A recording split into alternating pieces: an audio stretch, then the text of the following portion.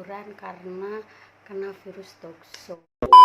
And don't you stop the music, get into it, won't you dance with me? Find a place and lose it, you can do it, won't you dance with me?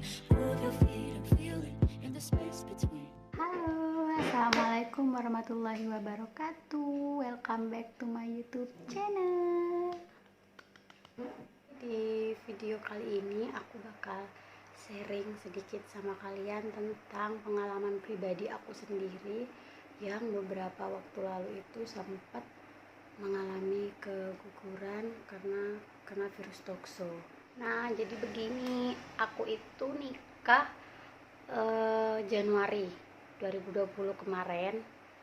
Aku nikahnya Januari, kemudian Februari aku positif hamil pas tes pack di rumah di Surabaya. Nah, alhamdulillah banget kan ya, di 1 bulan awal pernikahan kami langsung dikasih momongan sama Allah.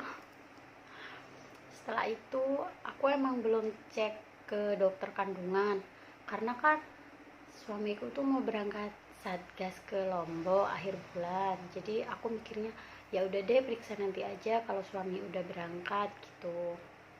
Akhirnya suamiku berangkat akhir Februari, awal Maret aku pulang ke rumah orang tuaku, pulang ke sini, kemudian baru periksa ke dokter kandungan. Pas periksa pertama ke dokter kandungan, kata dokter janinku sehat-sehat aja, baik-baik aja, nggak ada masalah apapun, nggak ada gejala apapun juga yang nunjukin kalau aku terinfeksi toxo dari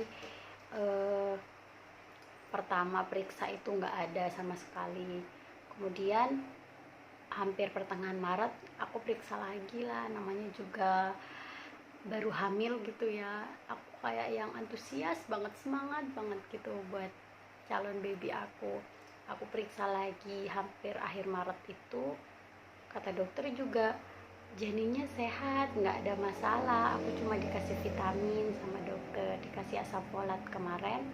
Aku pulang ke rumah. Nah, awal April sampai minggu pertama April aku nggak sempet sama sekali buat periksa ke dokter. Emang bener-bener nggak sempet. Dan nggak tahu kenapa pas hampir pertengahan April itu tiba-tiba tengah malam aku keluar darah. Nggak darah sih ya, lebih semacam kayak lumpur warna hitam gitu.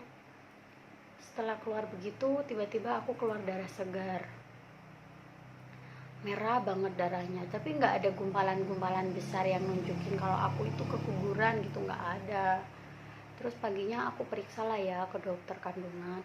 Pas diperiksa kata dokter ternyata udah ada jaringan yang lepas, janinnya udah nggak bisa dipertahanin dan emang udah harus dikuret. Gimana ya sedih memang, mau gimana lagi. Akhirnya aku telepon suamiku, posisinya suamiku juga lagi nggak ada di sini. Suamiku lagi satgas di Lombok dan emang benar-benar nggak boleh pulang. Jadi aku cuma nelpon ngomong kalau janinnya udah nggak bisa dipertahanin gitu.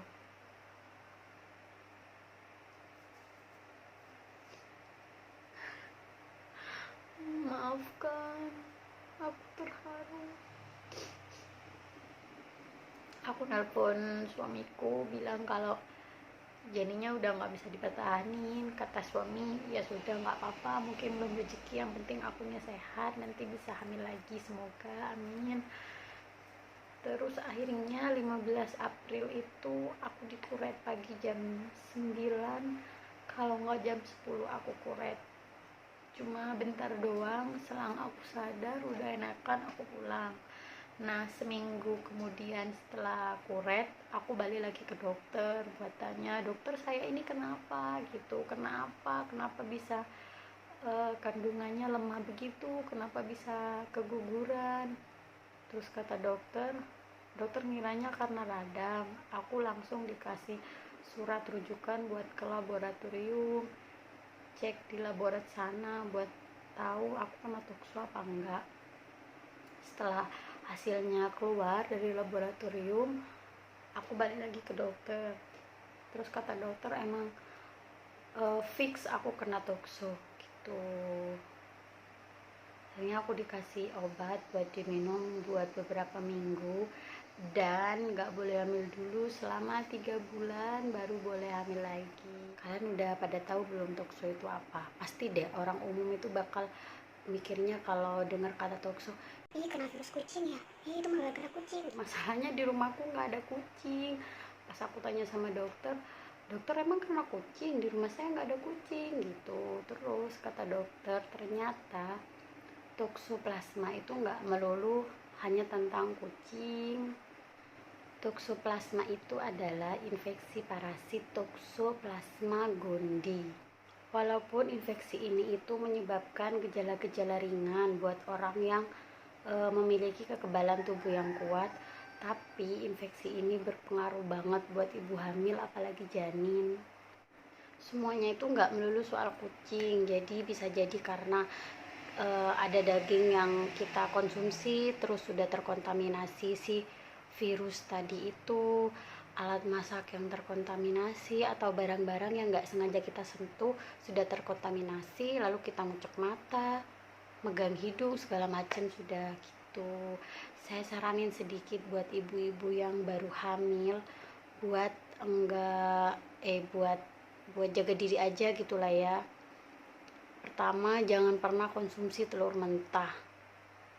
Kedua, kalau makan daging itu kalian harus benar-benar ngerebus daging itu mateng banget, karena takutnya memang si virus tokso itu lagi ada di daging sapi yang kalian makan, lagi ada di daging kambing yang kalian makan. Nanti kalian bisa terkontaminasi meski udah berjauhan sama si kucing itu tadi.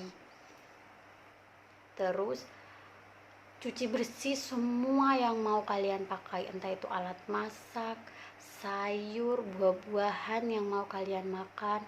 Kalian harus bener-bener hidup bersih, hidup sehat, minum air putih yang banyak.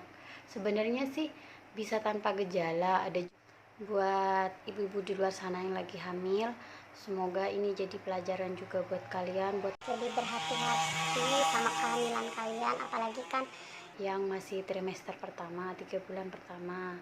Semoga kalian sehat-sehat, janin kalian sehat-sehat juga, lancar sampai lahiran, dan semoga saya juga cepat diberi momongan kembali sama Allah, amin. Terima kasih udah nonton channel YouTube saya ini, dan semoga kalian gak bosen. Maafkan aku yang ngomongnya rada belepotan ya, karena bukan YouTuber yang handal. Oh iya, satu lagi, aku bikin konten ini bener-bener cuma kayak mau sharing pengalaman pribadi aku aja tentang semua hal yang udah aku alamin. Jadi kalau ada yang salah-salah atau kurang berkenan, aku mohon maaf. Terima kasih sudah nonton video ini.